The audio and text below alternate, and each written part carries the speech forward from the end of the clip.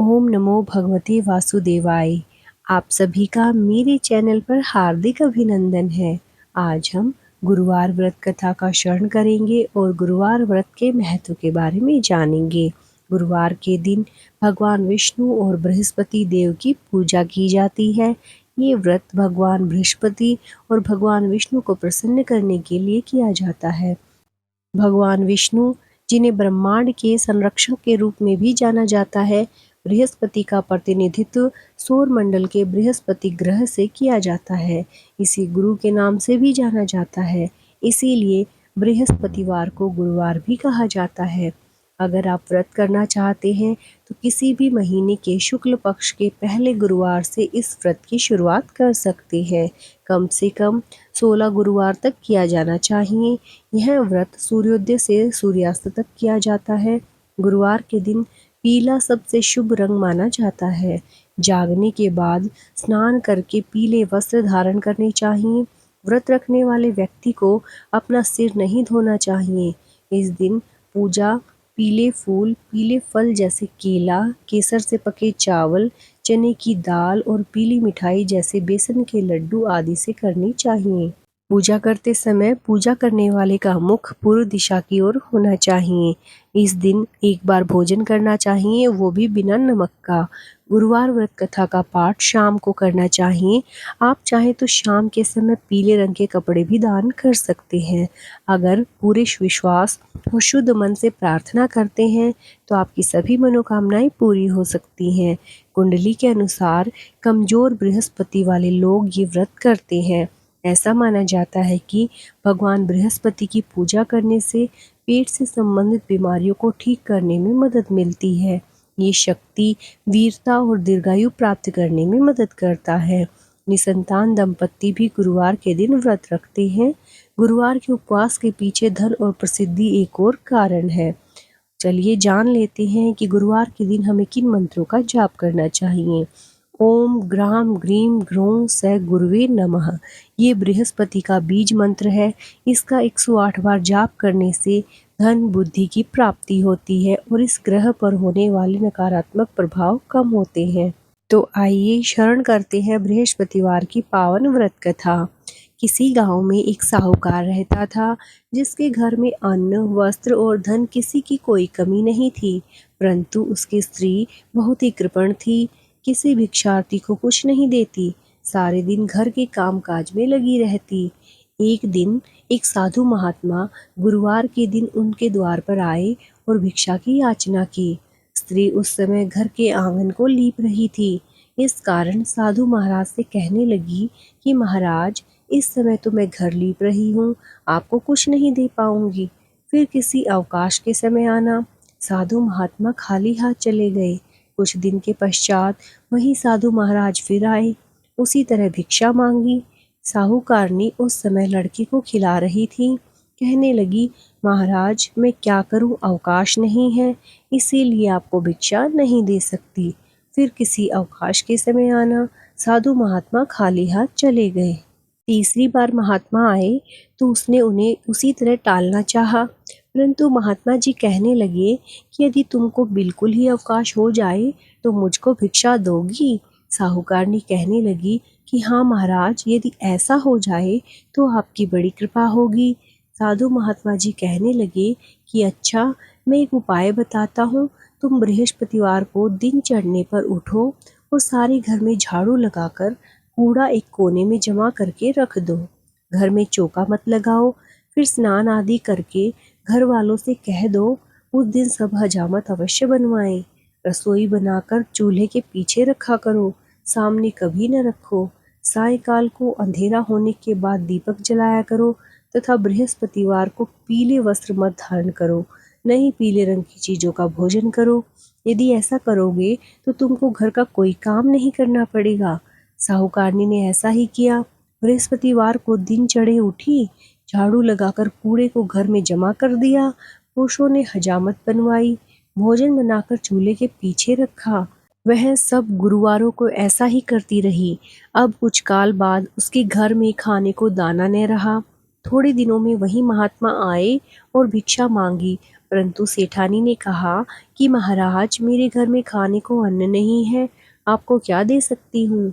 तब महात्मा ने कहा, जब तुम्हारे घर में सब कुछ था तब भी तुम कुछ नहीं देती थी, अब पूरा पूरा अवकाश है तब भी कुछ नहीं दे रही हो, तुम क्या चाहती हो। तब सेठानी ने हाथ जोड़कर प्रार्थना की, अब कोई ऐसा उपाय बताओ कि मेरे पहले जैसा धन धान्य हो जाए। अब मैं प्रतिज्ञा करती हूँ कि अवश्यमेव जैसा आप कहेंगे वैसा ही करूँगी। तब महात्मा जी ने कहा, बृहस्पतिवार को प्रातःकाल उठकर स्नान आदि से निवृत्त हो, घर को गऊ के गोबर से लीपो तथा घर के पुरुष हजामत न बनवाएं। भूखों को अन्न जल देती रहा करो। ठीक सायंकाल दीपक जलाओ। यदि ऐसा करोगी तो तुम्हारी सब मनोकामनाएं भगवान बृहस्पति जी की कृपा से पूर्ण होंगी। सेठानी ने ऐसा ही किया और उसके घर में धन धान्य पहले जैसा हो गया।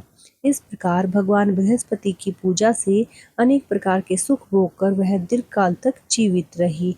जो यह कथा पढ़े सुने उसके सभी मनोरथ पूर्ण हो। बृहस्पति देव जी की जय हो। ओम नमो भगवते वासुदेवाय। चलिए सुन लेते हैं गुरुवार व्रत की दूसरी कथा।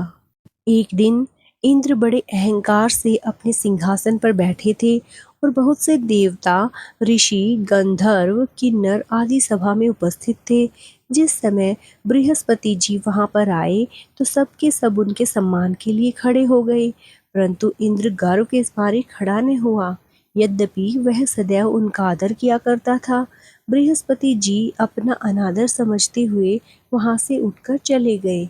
तब इंद्र को बड़ा शौक हुआ कि देखो, गुरुजी के आशीर्वाद से ही मुझको यह वैभव मिला है, उनके क्रोध से यह सब नष्ट हो जाएगा, इसीलिए उनके पास जाकर उनसे क्षमा मांगनी चाहिए, जिससे उनका क्रोध शांत हो जाए और मेरा कल्याण हो जाए। ऐसा विचार कर इंद्र उनके स्थान पर गए। जब बृहस्पति जी ने अपने योग बल से यह जान लिया कि इंद्र क्षमा मांगने के लिए यहाँ पर आ रहा है, तब क्रोधवश उससे भेंट करना उचित न समझकर अंतर्ध्यान हो गए। जब इंद्र ने बृहस्पति जी को घर पर न देखा तब निराश होकर लौट आए। जब दैत्यों के राजा वृषवर्मा को यह समाचार विदित हुआ तो उसने अपने गुरु शुक्राचार्य की आज्ञा से इंद्रपुरी को चारों तरफ से घेर लिया। गुरु की कृपा न होने के कारण देवता हारने व मार खाने लगे। तब उन्होंने ब्रह्मा जी को विनय पूर्वक सब वृतांत सुनाया और कहा कि महाराज, दैत्यों से किसी प्रकार बचाइए। तब ब्रह्मा जी कहने लगे कि तुमने बड़ा अपराध किया है, जो गुरुदेव को क्रोधित कर दिया।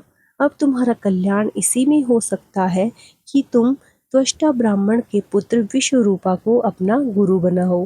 वह बड़ा तपस्वी और ज्ञानी है, तुम उसे अपना पुरोहित बनाओ तो तुम्हारा कल्याण हो सकता है।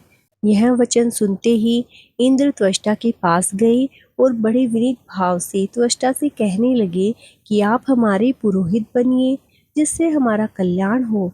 तब त्वष्टा ने उत्तर दिया कि पुरोहित बनने से तपोबल घट जाता है, परंतु तुम बहुत विनती करते हो, इसीलिए मेरा पुत्र विश्वरूपा पुरोहित बनकर तुम्हारी रक्षा करेगा। विश्वरूपा ने पिता की आज्ञा से पुरोहित बनकर ऐसा यत्न किया कि हरि इच्छा से इंद्र वृषवर्मा को युद्ध में जीतकर अपने इंद्रासन पर स्थित हुआ। विश्वरूपा के 3 मुख थे। एक मुख से वह सोमपल्ली लता का रस निकाल पीते थे, दूसरे मुख से वह मदिरा पीते और तीसरे मुख से अन्नादि भोजन करते। इंद्र ने कुछ दिनों उपरांत कहा कि मैं आपकी कृपा से एक यज्ञ करना चाहता हूँ। जब विश्वरूपा की आज्ञा अनुसार यज्ञ प्रारंभ हो गया तब एक दैत्य ने विश्वरूपा से कहा कि तुम्हारी माता दैत्य की कन्या है, इस कारण हमारे कल्याण के निमित्त एक आहुति दैत्यों के नाम पर भी दे दिया करो तो अति उत्तम बात है। विश्वरूपा उस दैत्य का कहा मानकर आहुति देते समय दैत्य नाम भी धीरे से जपने लगे।